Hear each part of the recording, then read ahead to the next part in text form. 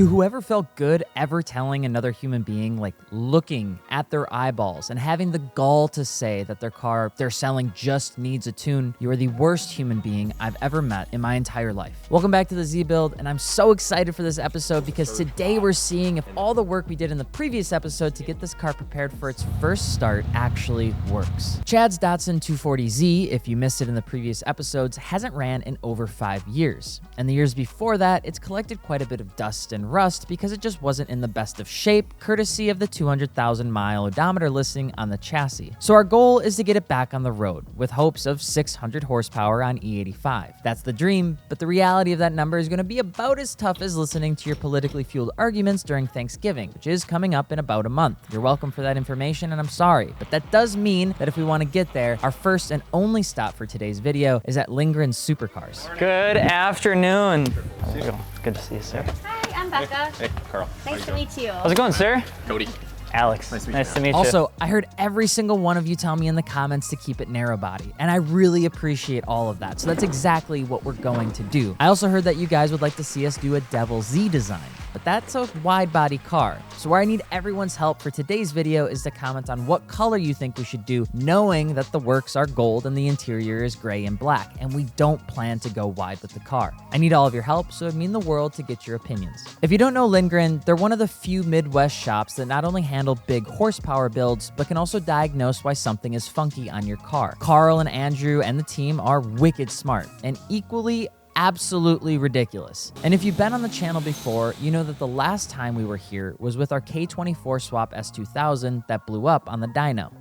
Karl, the only thing I would ask is, please don't blow it up. Don't blow it up? Don't blow it up. Do not blow it up. Well, No bad juju for this one, but I'm not exactly relaxed being here. Even with the midnight hours, we did have some issues with the car that we weren't able to fix. We didn't get the coolant leak figured out. The vibrant clamps are awesome, but with the custom piping, the seal has to practically be perfect, and the bend didn't seem to have enough angle to make that work. We also sheared a lug bolt, but besides that, we all felt like we were in a pretty good spot to start the day. Like handing in an assignment, feeling pretty good, the feeling of returning the next day to see a C- on that paper and having to explain to your immigrant father, we were immediately met with our first big issue. The engine kept running off.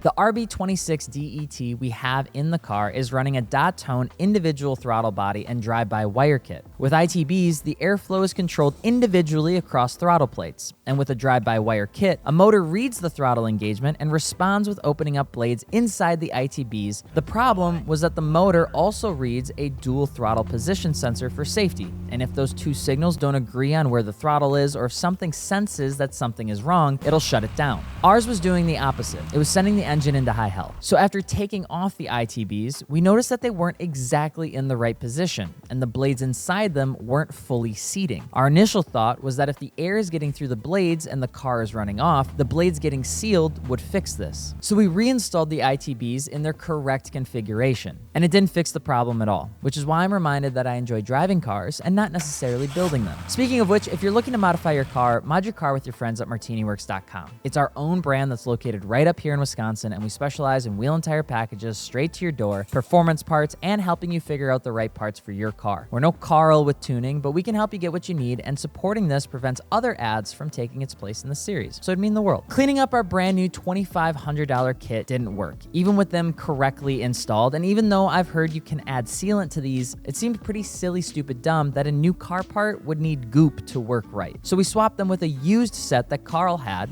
and voila, it no longer ran off, which meant it was actually time to head to the dyno. The one thing that you should keep in mind, though, that those two signals we mentioned before, we ended up bypassing one of them because we just couldn't figure out how we were going to fix it, and we figured the Bosch unit on it was just bad. To be clear, this was supposed to be a single day activity. Karl had over 9 days with this car, with 3 people working on it nearly 8 hours every single day. I don't know what's in the cow milk at their farm that's 25 feet away from the dyno building, but they are some of the most insanely smart and intuitive people people to work on a car that they knew nothing about just like a few hours ago. Because the moment the car was on the dyno, they still had more issues and they still figured it out. The PRP trigger kit seemed to be causing us grief, or at least we thought. A PRP trigger kit is basically insurance and additional customization for high horsepower RB builds. It helps the ECU understand exactly where and what the crank and cams are doing with very, very high accuracy. RB timing belts are notorious for stretching, and if your ignition timing drifts off even more than 4 degrees, you can grenade the engine. The PRP trigger kit is supposed to prevent that. All right, so we are still running into issues with the tune. We are having some sort of droppage in terms of the actual valves closing and then opening back up. I'll show you what it looks like on the dyno graph, and it's causing a huge problem. And we can't really sort out if it's the drive-by-wire kit or if it has something to do with the PRP trigger kit, because those can be a little bit funky. But the guys here have been super resourceful at just swapping different parts out so that we can rule out certain things from being the problem. So we're actually taking the PRP trigger kit off. We're putting a different thing on there so that we can actually just set a nice clean baseline, and hopefully it will tell us if that was the problem or if we're chasing something over on the drive-by-wire kit. Now, the problem is that if we have to get something with the DBW kit, we don't have a whole lot of time, because most things for RB engines and aftermarket parts don't actually come from Japan. They come from Australia. Last time I was here, it was also not good news. I am praying we can leave today with a finished car. Unfortunately, PRP trigger kits are also finicky little whiny babies, and we're having major issues getting the engine to behave at idle and even a touch above it. So we took it out. We figured if we could get a good baseline, we could figure out what was causing us all the grief, because the car still didn't really want to sit, even at idle. We swapped out ECUs, ITBs, trigger kits back to OEM, hours upon hours of labor, only to find out that the problem wasn't the timing at all. It was that Datsun drive-by-wire kit, the very first thing that we tried to figure out. You remember those dual TPS signals that we were talking about in the Bosch unit? Well, way back when we actually swapped the ITBs, we decided to remove one of the redundancy systems to see if we could get a clean signal on the throttle. Unfortunately, we had a 50-50 shot at picking the right wire, and we guessed wrong. The sending unit had an error, and we were working off that errored signal. Swapping that out to the other side actually got us moving on the right direction and moving on the dyno, which was a huge relief, but we still had more issues. This time with fuel. Fuel pressure was dropping faster than my confidence in my 2025 taxes. Why are we still talking about taxes? I don't know, but the fuel pump started to lag behind at right about 5,500 RPMs, which was a problem because we were trying to get up to 7,500 RPMs. Now, is it the 6AN lines? I don't know, maybe, but it meant that running flex fuel just wasn't going to happen before Gatlinburg, and that 600 horsepower goal was probably going to need to be shelved. So it's done-ish? Yeah. Well, ish. Yeah. So Phase one? Yeah. So it'll fire up and run, and it makes power, obviously, but it's running out of pump. Okay. So we'll have to figure out what that is. That Deutschwerks 400 should be enough for what we're doing. Sure. But it's not. So the setup that they have in there, then this nuke tank, they've got a double pump setup where it's got a double hanger in it, but it's only got one pump in it. But again, that should be enough. In effect, that's your primary pump. That's the only pump that feeds the motor. Gotcha. Okay. So that's where we think there's a faulty pump. It's either a pump that's running out of steam, which shouldn't be the case. It's not like it's overcurrent or overloading or anything like that. So it's drawn about 13 amps or so because the Nexus is running it. So yeah, we can see what that is, but it's just one where it's a lot of fuel. It goes through the whole rev range and has power and can move. Yeah. But over the course of the next 7 days and chasing every electrical gremlin that could exist, we were finally at a point where we could do some clean pulls.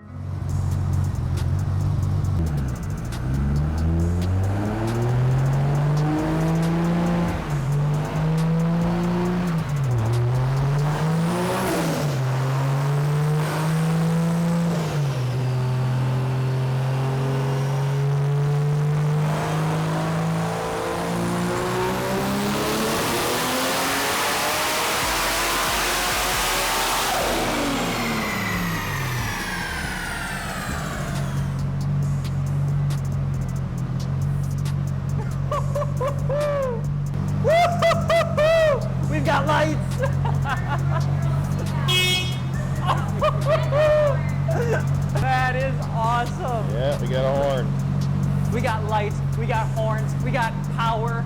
Even though we don't have 600, we're getting there.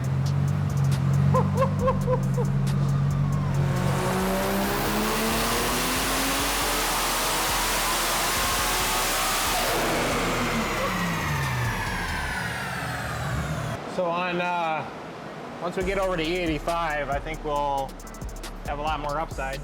Oh my God. Appreciate that. Yeah. We're pretty octane limited right now. Yeah. I added a little bit of timing and it brought it down. So we're a little over timed right now, but it is what it is. We're on pump 91, so. Pump 91, 475, Yeah. 430. Well, it's really closer to like 490. Yeah. After 5 years or more, it finally runs and drives. And it feels good not just because of the sound and because of the numbers, not just because the car has fought us around every single corner, but because it means that we're actually stewarding this car for Chad and his family. Like, we're actually doing what we said we were going to do, and it's working. These cars make me feel like teenager joy levels of happiness, something I haven't felt with a car in a long time. And to see it make a pull after pull after pull tells me we might actually get to see it on the road, which, unlike my last 280Z I built like a decade ago, was pretty rare. Because we're in Wisconsin cars have a tendency to make their rounds like, well, I'll just save the analogy. But Karl was also the one who tuned my old Datsun 280Z with a different owner a few years back, and he still had those dyno numbers. So I asked him if we could compare the two, literally my first Z to our current Z. So if you guys remember, there's some people that do. I had a white 280Z. Becca, you remember the 280Z? That car's actually came here to get tuned, and this was, watch your feet, this was the power it made. So this is the actual dyno graph of that car. So 260 and 326 foot-pounds of torque. And if you want an Easter egg, come with me, come with me. I actually learned this from this guy the first time I was here. This is super crazy. So we're talking about this old Z that Karl worked on and the team, and they were talking about like the weird exhaust that we built in our garage. If you remember, we had a single exit exhaust on that car. This is what Michael Briette made. This is what was on my 1976 Datsun 280Z from 10 years ago. Just sitting here. Can you imagine that? Is that not crazy? So yeah, so that's cool. 260 was the old Datsun 280Z number. Let's see what the RB can do in its phase 1 state. So where exactly did we end? Well, the final pull was honestly the best one.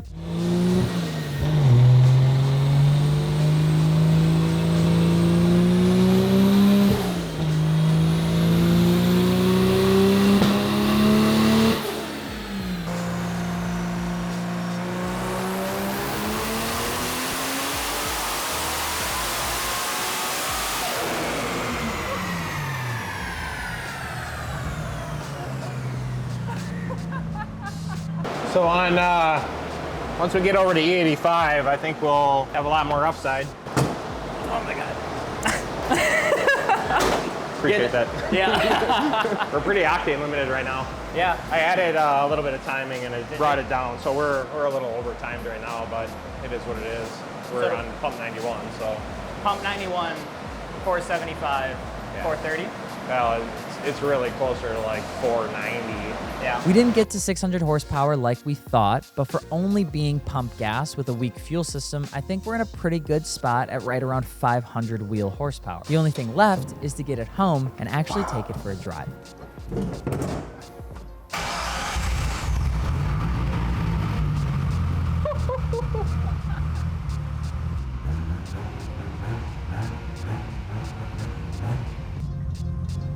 It drives.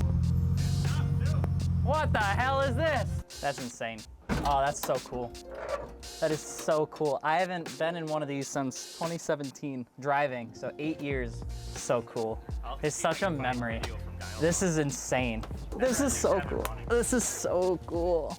Thank you guys. Hell yeah. All right, Becca, your turn to take her home. You gotta haul it. I don't have a truck. I don't own a truck. Ready to go? Ready. Okay.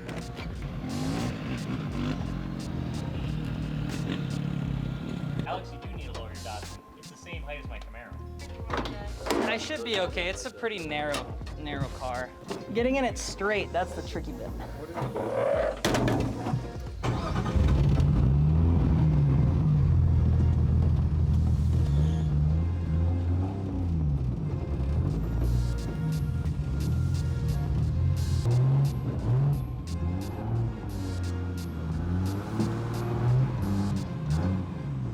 aligned. Nice stamp.